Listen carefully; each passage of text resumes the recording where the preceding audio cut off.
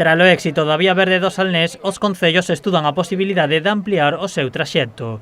Numerosas persoas percorren cada día un sendeiro que se presenta como unha gran alternativa saudable, especialmente durante a difícil situación sanitaria que estamos atravesando.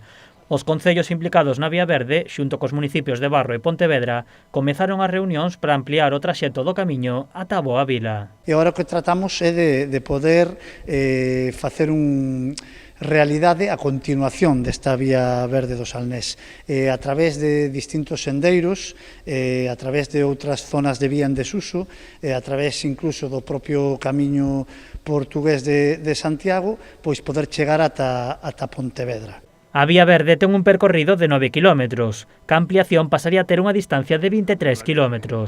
Os concellos traballan con dúas alternativas para ampliar a Vía Verde. A peculiaridade que aquí intentaríamos chegar ata a capital provincial a través da unión da Vía Verde nosa, que seguiría sendo a Vía Verde do Salnés, sin perder a súa identidade, pero unindo a través de sendeiros internos, a través tamén da natureza, co camiño portugués, como expliquei antes, e con pequenos tramos en desuso. Dende o Concello de Pontevedra sinalan que o proxecto é unha gran oportunidade para fomentar o ocio e o turismo saudables.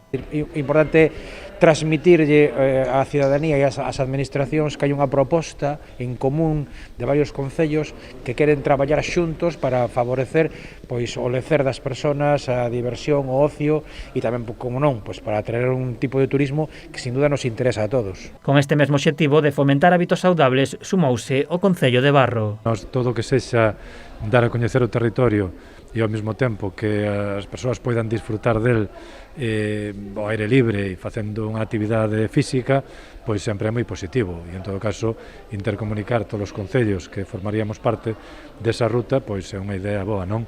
Os concellos dan os primeiros pasos para levar a cabo este proxecto, un proxecto que incluso podería ser máis amplio, xa que dende a Boa Vila estudan a posibilidade de ampliar a senda ata Arcade.